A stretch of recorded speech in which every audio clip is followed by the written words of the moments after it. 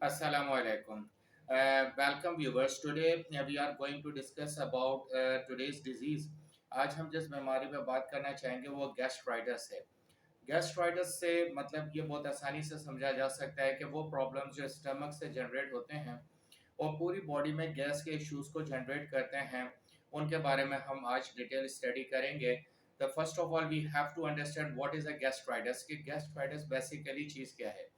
Gastritis जो है एक खास किस्म की कंडीशन है जिसमें इन्फ्लेम्स यानी कि सूजन पैदा होती है स्टमक लाइनिंग की। स्टमक लाइनिंग को हम मेडिकल टर्म के अंदर म्यूकोसा भी कहते हैं। स्टमक लाइनिंग मैं आपको समझाऊंगा बेसिकली होता है क्या है कि जब भी कोई फूड हमारी स्टमक में जाता है तो उसमें डिफरेंट एसिड्स जो है वहां जाके उसको डाइजेस्ट करते हैं। वो एसिड जो है वो स्टमक की दीवार से ना टकराए तो वहां पे एक लेयर होती है जिसे हम म्यूकस लाइनिंग लेयर भी कहते हैं। अगर वो लेयर डैमेज हो जाए तो वो एसिड जो है वो स्टमक की वॉल से यानी मैदे की दीवारों से टकराते हैं और उसको डैमेज करते हैं। तो जब उसको डैमेज करते हैं तो वो टाइप कहलाती है अल्सर कहलाती है जिसे हम कहते हैं डैमेज ऑफ स्टमक लाइनिंग। तो ये मेडिकल टर्म में म्यूकोसा कहलाता है और ये गैस्ट्राइटिस की एक बहुत बड़ी सिम्टम है जो इस तरह के इन्फेक्शन से पैदा होती है।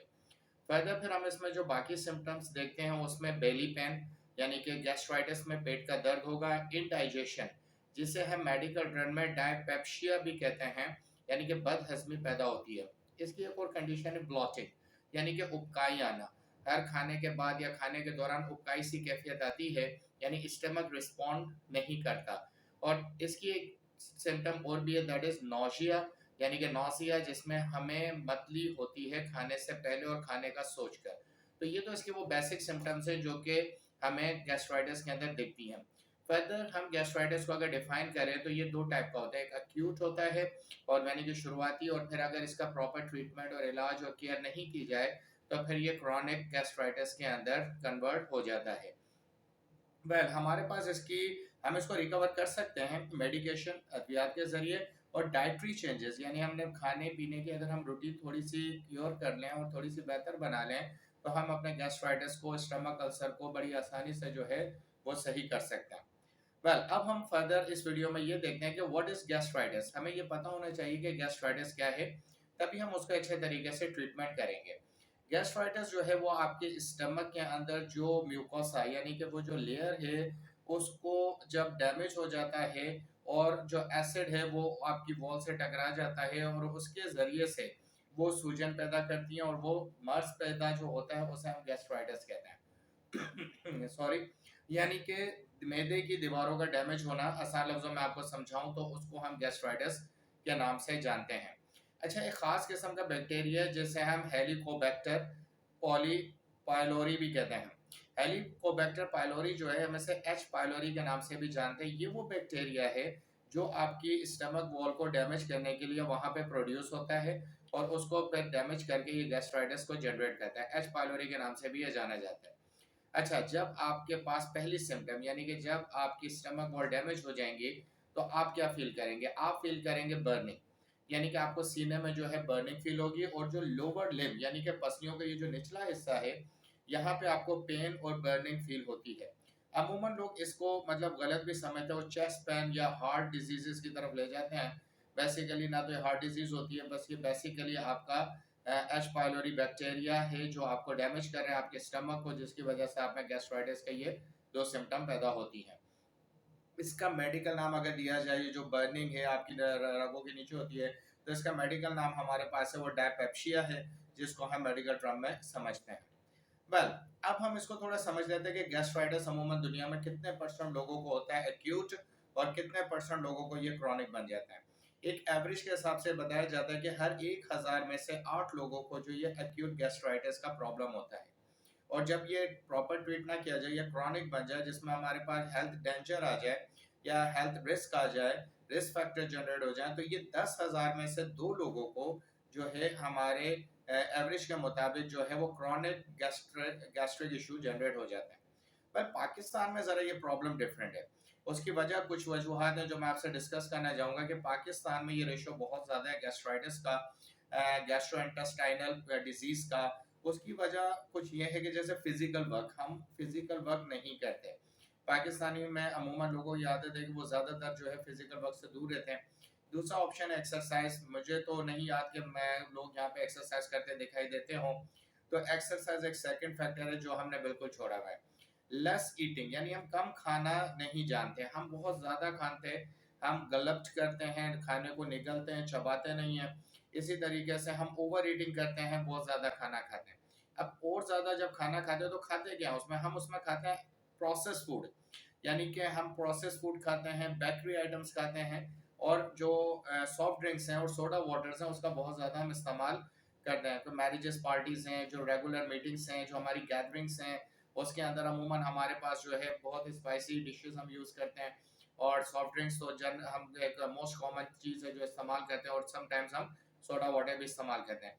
तो पाकिस्तान में परसेंटेज 8 आउट ऑफ 1000 नहीं है, बल्कि ये हम नियर अबाउट कह सकते हैं कि ये तकरीबन 150 और 200 आउट ऑफ 1000 का रेशो हमारे यहाँ बनता है कि हर दूसरा आदमी हमें गैस्ट्राइटिस के अंदर मुब्तला दिखाई देता है। जो एडल्ट ओवर एडल्ट लोग हैं, यानी ज़्यादा उम्र के लोग हैं, उनमें ये प्रॉब्लम हमें यंगस्टर्स के मुताबिक ज़्यादा दिखाई देता है, क्योंकि उनकी लाइफ स्टाइल ज़रा डिफरेंट होती है, वो फिजिकल एक्टिविटी से बहुत दूर हो चुके होते हैं।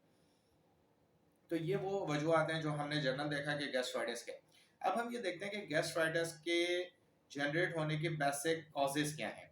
हम उन कॉजेज को डिफाइन करते हैं, जिसमें हमारा म्यूकोसा यानी कि स्टमक लाइनिंग जो है वो डैमेज होती है, उसकी वजूहत क्या है। उसमें नंबर वन तो है अल्कोहल अब्यूज़, यानी कि अल्कोहल का बहुत ज़्यादा इस्तेमाल करना। अमूमन पाकिस्तान में अल्हम्दुलिल्लाह लोग इस तरह का इस्तेमाल नहीं करते, लेकिन आउट ऑफ द कंट्री जहाँ भी इसका इस्तेमाल है, ये सबसे बड़ा एक प्रॉब्लम है कि जो हमारे पास गैस्ट्राइटिस या फिर स्टमक लाइनिंग को डैमेज करता है, और फिर हमारे अंदर ये प्रॉब्लम जनरेट करता है, अल्सर कह सकते हैं या स्टमक गैस्ट्राइटिस कह सकते हैं। सेकंड इसका कॉज है कि auto immune disease. Auto immune disease में ये होता है कि जब आपकी बॉडी का इम्यून सिस्टम जो है वो आपके स्टमक के हेल्दी सेल्स को डैमेज कर देता है, उन्हें किल कर देता है। एंटी इम्यून सिस्टम जो है वो आपके सेल्स को डैमेज करता है, जिसकी वजह से आपको स्टमक लाइनिंग यानी मैदे की दीवार का जख्म पैदा हो जाता है। एक इसकी तीसरी वजह है बैक्टीरियल इन्फेक्शन। बैक्टीरियल इन्फेक्शन जैसे एच पाइलोरी बैक्टीरिया है, मैं पहले डिस्कस कर चुका हूँ, आपकी वॉल को डैमेज करता है और एक क्रॉनिक गैस्ट्राइटिस आपके अंदर जनरेट करता है। इसको हम मेडिकल टर्म में पेप्टिक अल्सर डिजीज भी कहते हैं, यानी कि मैदे के सिरे का अल्सर। अल्सर मीन जख्म, यानी कि ये आप समझ लें मैदे का जख्म भी कहलाता है, और इसको हम स्टमक अल्सर्स यानी कि मैदे का जख्म भी कहते हैं। ये दोनों सिरों पे हो सकता है, जहाँ से फूड मैदे में एंटर होता है और फिर जहाँ मैदे से निकल के स्मॉल इंटेस्टाइन में ये मूव करता है, ये दोनों पार्ट के ऊपर मौजूद होता है। इसे हम पेप्टिक अल्सर भी कहते हैं, स्टमक अल्सर के नाम से भी जानते हैं, और ये बैक्टीरियल इन्फेक्शन होता है। इसका एक और फैक्टर है कि बैक्टीरिया जो है आपके स्टमक की प्रोडक्टिव लाइन को डैमेज करता है, जिसकी वजह से आप इसके प्रॉब्लम होते हैं, और ये स्टमक वॉल को इन्फ्लेम्ड यानी कि सूजन का शिकार कर देता है, उसे मोटा कर देता है। अगला कॉज इसका है बाइल रिफ्लक्स। बाइल रिफ्लक्स में क्या होता है कि लिवर से एक डाइजेस्टिव लिक्विड जनरेट होता है, जो आपके स्टमक में जाके फूड को जो है डाइजेस्ट करता है। रिफ्लक्स का मतलब होता है कि फ्लोइंग बैक, वो वापस चला जाता है। बाइल रिफ्लक्स का मतलब ये होगा कि जो बाइल है वो फ्लो करके आपके स्टमक में जाता है, और वहां से स्मॉल इंटेस्टाइन में जाने के बजाय रिवर्स हो जाता है। तो जब सॉरी, जब वो स्मॉल इंटेस्टाइन में मूव नहीं करता, तो उसकी वजह से हमारे पास ये गैस्ट्राइटिस मूव होता है, क्योंकि फूड को प्रॉपर तरीके से डाइजेस्ट करके उसको स्मॉल इंटेस्टाइन और फिर लार्ज इंटेस्टाइन से पास आउट करने के लिए लिवर बाइल जो है बहुत ज़्यादा इंपॉर्टेंट फंक्शन जनरेट करता है। तो जब ये फंक्शन जनरेट नहीं होता तो डेफिनेटली गैस्ट्राइटिस का इशू आता है। हम आगे ये सिम्टम्स को डिस्कस करेंगे कि गैस्ट्राइटिस से आपके अंदर क्या सिम्टम्स जनरेट होती हैं। अच्छा, इसका एक और कॉज है गैस्ट्राइटिस होने का, वो मेडिकेशन। बहुत ज़्यादा दवाइयों का इस्तेमाल भी आपके स्टमक को डैमेज कर देता है। अमूमन इसकी जनरल सिम्टम्स आप देखे होंगे, जब बहुत लॉन्ग टर्म आप मेडिसिन यूज़ करते हैं, मेडिकेशन में होते हैं, तो आपके होंठ पकना शुरू हो जाते हैं, जबान का टेस्ट डैमेज हो जाता है, आपके जो माउथ है उसकी साइड लाइनिंग जो है वो डैमेज हो जाती हैं। तो इसको हम मेडिकेशन की टाइप देते हैं। इसकी एक और बहुत बड़ी जो कॉज है जो मॉडर्न साइंसेज ने हमें बताया, वो फिजिकल स्ट्रेस, यानी कि किसी भी किस्म की इलनेस या किसी भी किस्म का इंजरी, आपको फिजिकल स्ट्रेस अगर जनरेट होता है तो वो भी जाके स्टमक पे डिपेंड करता है और स्टमक को डैमेज करता है। इसके बाद आप बर्न्स और ब्रेन इंजरीज में भी अगर इन्वॉल्व हैं, तो आपको यानी कि डेफिनेटली जो है गैस्ट्राइटिस का जो है सामना करना पड़ेगा। अब हम उस पोर्शन में आगे के जहां मैं आपको बताऊंगा कि अगर आपको गैस्ट्राइटिस है तो वो कौन सी चीज़ें जो आपके अंदर जनरेट होना शुरू हो जाएंगी, यानी अगर आपको स्टमक अल्सर है। उसमें पहली जो सिम्टम है वो है ब्लैक टेरे स्टूल, यानी कि काला पखाना होता है। टेरे का मतलब है ऐसा पखाना जब आपका स्टमक अंदर से डैमेज है, जैसे मैंने आपको बताया एच पायलोरी बैक्टीरिया की वजह से, तो वहां से डैमेज होने का मतलब है जख्म, और जख्म का मतलब है वहां से खून का रिसना। वो खून जब निकलता है तो डेफिनेटली वो छोटी आंत और फिर उसके बाद लार्ज इंटेस्टाइन में मूव होके रेक्टम के जरिए जब बाहर आता है तो मिक्सड अप हुआ हुआ होता है वेस्ट मटेरियल के साथ, आपके स्टूल में वो मिक्स हो जाता है, जो ब्लैक कलर शो करता है, बेसिकली वो ब्लैक दिखता है लेकिन वो आपका ब्लड होता है। तो इसमें हम ब्लैक टेरिस स्कूल को भी, जो पहली सिम्टम है, ये क्रॉनिक गैस्ट्राइटिस की सिम्टम है, हम देखते हैं। फिर है ब्लॉटिंग, यानी उबकाई आती है, आपको बहुत ज्यादा उबकाई आना शुरू हो तो आप समझ जाए you have got the problem of gastritis, now it is a time to get the proper treatment. फिर हमारे पास होती है नोजिया एंड वोमिटिंग, यानी कि मतली होना और फिर खाना खाने के बाद वोमिट हो ही जाना। That is one of the most proper and very common symptom of gastritis or stomach ulcer. Feeling extra full during or after the meal. आपको ऐसा महसूस होता है कि मैदा भरा हुआ है। When you come to eat, जब आप खाने पे आते हैं, you feel that it is no need to eat, कि मुझे जरूरत नहीं है खाना खाने की, because just because of bloating and nausea, उबकाई और मतली की वजह से आपको खाने का दिल नहीं करता। इसकी एक और सिम्टम है लॉस ऑफ एपिटी, यानी कि भूख बिल्कुल खत्म हो जाती है। स्टमक अल्सर, मैदे का जख्म, इसकी एक और सिम्टम है। और losing weight without meaning to, और पेशेंट खुद ये कह रहा होता है कि मेरा वजन गिरता चला जा रहा है और मुझे इसका नहीं पता चल रहा, तो ये भी इसकी एक प्रॉपर सिम्टम है। अपर एब्डोमिनल बेली पेन, आपके पेट के ऊपरले और निचले हिस्से में दर्द रहता है, और बाज दफा जब ये बहुत ज्यादा क्रॉनिक हो जाता है तो you will get vomiting in with blood, आपको उल्टी जो है ब्लड के साथ आती है। तो ये भी इसकी टाइप है जिसके अंदर हम मतलब ये वो सिम्टम्स जो मैंने आपसे डिस्कस की, ये आपके बोर्ड पर मेंशन भी हो रही है कि bye means of that you can easily understood that I have the problem of gastritis और स्टमक अल्सर, कि मुझे अब स्टमक अल्सर हो गया। अब सवाल ये पैदा होता है कि गैस्ट्राइटिस कंटेजियस है। कंटेजियस का मतलब क्या है, ये एक पेशेंट से दूसरे पेशेंट को लग सकता है।